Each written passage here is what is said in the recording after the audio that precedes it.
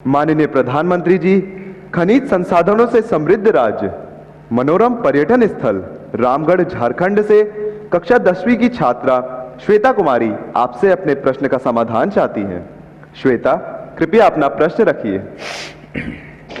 माननीय प्रधानमंत्री जी, नमस्कार। मैं श्वेता कुमारी केंद्रीय विद्यालय पितरातू की 10वीं की छात्रा हूँ। मैं आपसे एक प्रश्न करना चाहती हूँ।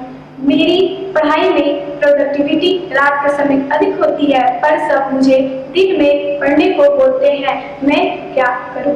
धन्यवाद। धन्यवाद श्वेता। आदरणीय प्रधानमंत्री जी, नमो ऐप के माध्यम से प्राप्त प्रश्न जिसमें राघव जोशी के सामने एक अजीब सी दुविधा है। माँ बाप हमेशा कहते हैं पहले पढ़ाई करो फिर खेल कूद करो, लेकिन उन्हें लगता है कि खेलने कूदने के बाद पढ़ाई करते हैं तो उन्हें चीजें बेहतर तरीके से समझ में आती हैं। कृपया राघव एवं श्वेता के साथ साथ उन जैसे कई विद्यार्थियों को समझाएं कि वे ऐसा क्या करें कि उनकी प्रोडक्टिविटी श्रेष्ठतम हो। हम सबकी दुविधा का समाधान करने की कृपा करें। माननीय प्रधानमंत्री जी। ये बात सही है कि हर कोई चाहता है कि उसके समय का सदुपयोग हो।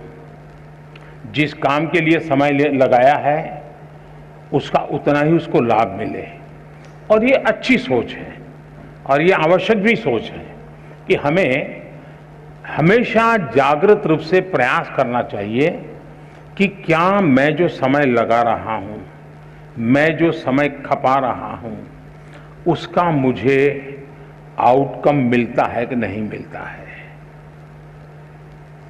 आउटपुट तो दिखेगा, आउटकम नहीं दिखेगा। इसलिए पहले तो खुद में एक आदत डालनी चाहिए कि मैंने जितना इन्वेस्ट किया उतना मुझे प्राप्त हुआ कि नहीं हुआ, और इसका हम हिसाब किताब लगा सकते हैं।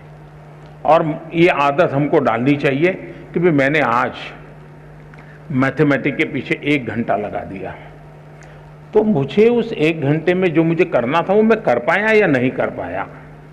उसमें से जो सवाल मुझे कठिन लगते थे वो अब मुझे सहज हो गए नहीं हो गए, मतलब मेरा आउटकम इंप्रूव हो रहा है।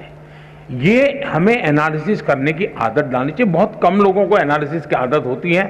वो एक के बाद एक पूरा करते ही जाते हैं, करते ही जाते हैं, करते ही जाते हैं, और बाद में पता ही नहीं रहता कि अरे वो जरा ज़्यादा ध्यान देने की जरूरत थी, उसको मैंने ज़्यादा ध्यान देने की जरूरत नहीं थी। कभी कभी क्या होता है, हमारे अपने टाइम टेबल में जो सबसे सरल है, जो सबसे प्रिय है, हम घूम फिर करके उसी में घुस जाते हैं। मन करता है चलो इसी को कर ले, क्यों? आनंद आता है। और उसके कारण जो कम पसंद है, थोड़ा कठिन है, उससे बचने की कोशिश करते हैं। आपने देखा होगा हमारा बॉडी जो है ना, वो बॉडी शब्द मेरा अच्छा नहीं है लेकिन सरलता के लिए बता देता हूं। कभी कभी लगता है हमारा बॉडी चीटर है। आप तय करें मुझे ऐसे बैठना है, आपको पता ही नहीं होगा कैसे ऐसे हो जाते हो, पता ही नहीं होता है। मतलब आपके साथ आपका बॉडी चीटिंग करता है। आपने मन से तय किया कि मुझे ऐसे ही बैठना है, लेकिन थोड़ी देर में ढीले हो जाते हो, हाथ पैर, यानी जो ओरिजिनल स्वभाव है वहां बॉडी आपको ढल जाती है। फिर जागरूक होकर के ऐसे कर लोगे फिर हो जाते हो। मतलब ये बॉडी जैसे चीटर है ना, वैसे मन भी चीटिंग करता है कभी कभी, और इसलिए हमें इस चीटिंग से बचना चाहिए। हमारा मन हमारा चीटर नहीं बनना चाहिए। वो कैसे बन जाता है कि जो चीज मन को पसंद है हम उसी पे चले जाते हैं। हमें जो जरूरी है, महात्मा गांधी जी श्रेय और प्रेय की बात करते थे। जो चीज श्रेयस्कर है और जो चीज प्रिय है, व्यक्ति श्रेयस्कर के बजाय प्रिय की तरफ चला जाता है। जो श्रेयस्कर है उस पर हमने चिपक के रहना चाहिए, यह बहुत आवश्यक होता है। और उसी की तरफ अगर मन चीटिंग करता है वहां ले जाता है, फिर खींच के ले आओ, तो आपकी प्रोडक्टिविटी एंड आपका आउटकम बढ़ेगा, और उसके लिए प्रयास करना चाहिए। दूसरा, ये जो सोचना कि मैं रात को पढ़ूं तो अच्छा होता है, कोई कहता है मैं सुबह पढ़ूं तो अच्छा होता है, कोई कहे खाना खा करके पढ़ूं तो अच्छा होता है, कोई कहता है भूखा रह करके पढ़ूं, ये हर एक की अपनी अपनी प्रकृति होती है। आप ऑब्जर्व कीजिए अपने आप को, किस चीज में आप कंफर्टेबल हैं। एक्चुअली है आप कंफर्ट होने चाहिए। अगर आप कंफर्ट नहीं है उस परिषद से, बैठने से, उठने से, तो आप शायद उसको नहीं कर। और कुछ लोग ऐसे होते हैं कि एक ही प्रकार की जगह होगी तब नींद आएगी उसको। मुझे याद है, मैं बहुत साल पहले एक मूवी देखी थी। उस मूवी में एक दृश्य आता है, कोई एक व्यक्ति झुग्गी झोपड़ी के पास अपनी जिंदगी गुजारता है और फिर अचानक कोई अच्छी जगह पे रहने जाता है। उसको नसीब आता है लेकिन नींद नहीं आ रही है। और नींद क्यों नहीं आती, तो फिर अपना दिमाग खपाता है, तो वो जाता है रेलवे स्टेशन पे और रेल की पटरी की जो आवाज, खटापट की आवाज, उसको टैप करता है और घर में ला करके वो टैप रिकॉर्ड शुरू करता है और फिर सो जाता है। नींद आ जाती है, उसका वो कंफर्ट हो जाता है। जब तक उसको वो, अब हर एक के लिए कोई कहे कि भाई ट्रेन की आवाज आएगी तो तुम्हें नींद आएगी, हर एक के लिए जरूर नहीं होता, लेकिन उसको वो कंफर्ट लगा। मैं समझता हूं कि हमें भी पता होना चाहिए, इसका प्रेशर बिल्कुल मत रखिए।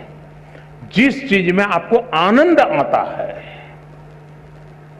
आपको कम से कम उसके लिए अपने आप को एडजस्ट करना पड़ता है, वो रास्ता छोड़ने की जरूरत नहीं है। लेकिन उस कंफर्ट अवस्था में भी आपका काम है आपकी पढ़ाई, आपका काम है मैक्सिमम आउटकम, उसमें से जरा भी हटना नहीं है। और मैंने देखा है लोग कैसे काम करते हैं। कभी कभी हम सुनने को तो अच्छा लगता है कि फलाना व्यक्ति 12 घंटे काम करता है, 14 घंटे काम करता है, 18 घंटे काम करता है, सुनना अच्छा लगता है। लेकिन एक्चुअली 18 घंटे काम करना क्या होता है, मेरे जीवन में एक बहुत बड़ा लेसन है। मैं जब गुजरात में था तो केका शास्त्री जी करके एक बहुत बड़े विद्वान थे। स्वयं तो 5वीं 7वीं कक्षा तक ही पढ़े थे, लेकिन अनेक ग्रंथ लिखे थे उन्होंने, दर्जनों ग्रंथ लिखे थे और वो पद्म सम्मान से भी सम्मानित थे। वो जीवित रहे थे 103 साल और जब मैं वहां था तो मैंने उनकी शताब्दी का ऑफिशियल कार्यक्रम सरकार का किया था। मेरा उनके साथ बड़ा निकट रिश्ता जैसा था, बड़ा प्यार रहता था मुझ पर उनका। तो मैं बहुत साल पहले, तब तो मैं मुख्यमंत्री भी नहीं था, तो हमने एक बार कार्यक्रम बनाया कि उनको लेकर के राजस्थान के तीर्थ क्षेत्रों पर मैं उनको दर्शन करने के लिए ले जाऊंगा। तो मैं उनको लेकर के चला, तो हम एक व्हीकल में थे सब लोग। मैं देखता था कि उनके पास बहुत कम लगेज था, लेकिन उसमें भी ज़्यादा लगेज उनकी लिखने पढ़ने की चीज़ें थी।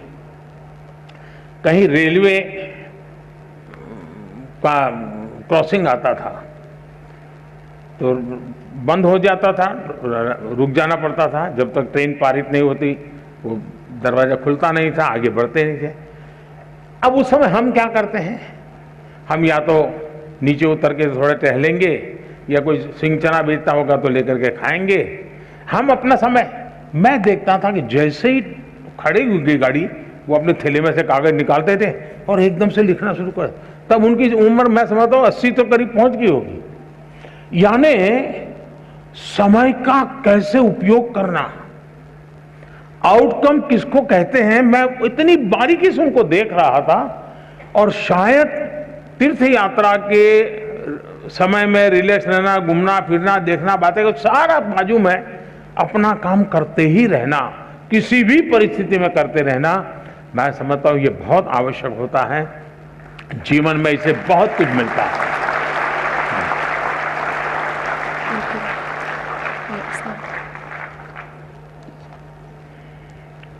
Honorable Sir, thank you for making us understand the importance of self-analysis and realizing that we should learn joyfully for rising to excellence.